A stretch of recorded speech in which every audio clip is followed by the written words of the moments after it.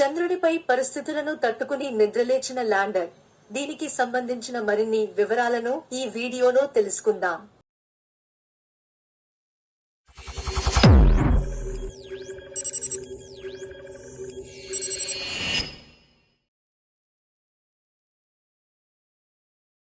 చంద్రుడిపై పరిశోధనలకు జపాన్ పంపిన ల్యాండర్ స్లిమ్ మరో మైలురాయిని చేరుకుంది.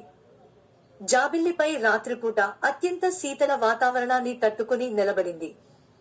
భూ కేంద్రం నుంచి పంపిన సంకేతాలకు స్లిమ్ స్పందించినట్టు జపాన్ అంతరిక్ష పరిశోధన సంస్థ జాక్సా సోమవారం ఒక విషయాన్ని ప్రకటించింది.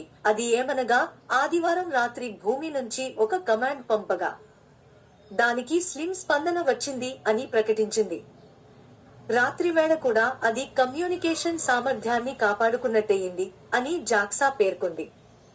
ఇది అద్భుతమని, చంద్రుడిపై రాత్రివేళలో ఉండే -170°C శీతల వాతావరణాన్ని తట్టుకునేలా దీన్ని రూపొందించలేదని తెలిపింది.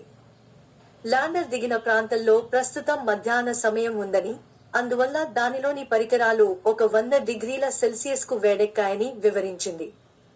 అందువల్ల తాజా కమాండింగ్ ప్రక్రియ కొద్దిసేపు మాత్రమే సాగించామని తెలిపింది. స్లిమ్ పరికరాల్లో వేడి తగ్గాక వ్యోమనౌకతో తిరిగి సంధానం కావడానికి జపాన్ శాస్త్రవేత్తలు సన్నాహాలు చేస్తున్నారు. చంద్రుడిపై ఒక రాత్రి భూమి మీద 14 రోజులకు సమానం. ఆ సమయంలో సూర్యకాంతి ప్రసరించకపోవడంతో సౌర ఫలకాలు నిరుపయోగంగా మారి బ్యాటరీలు పనిచేయవు. జపాన్ ప్రయోగించిన స్లిమ్ గత నెలలో చంద్రుడి ఉపరితలంపై దిగినంది.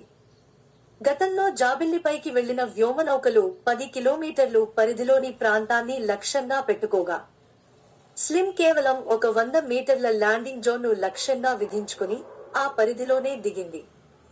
అత్యంత ఖచ్చితత్వంతో కూడిన సాంకేతిక పరిజ్ఞానం వల్ల ఇది సాధ్యమైంది.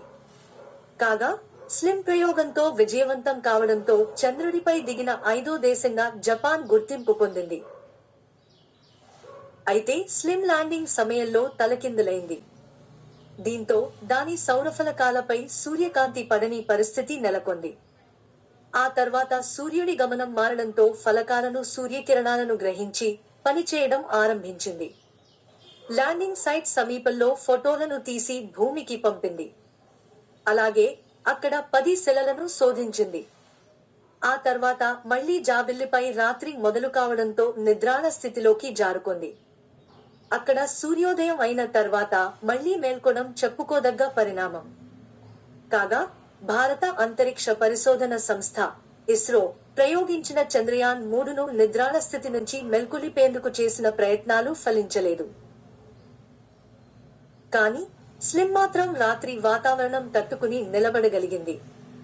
గత వారం అమెరికా ప్రయోగించిన ప్రైవేట్ ల్యాండర్ ఓడిసియస్ విజయవంతంగా చంద్రుడి దక్షిణ ధ్రువంపై దిగిన సంగతి తెలిసిందే.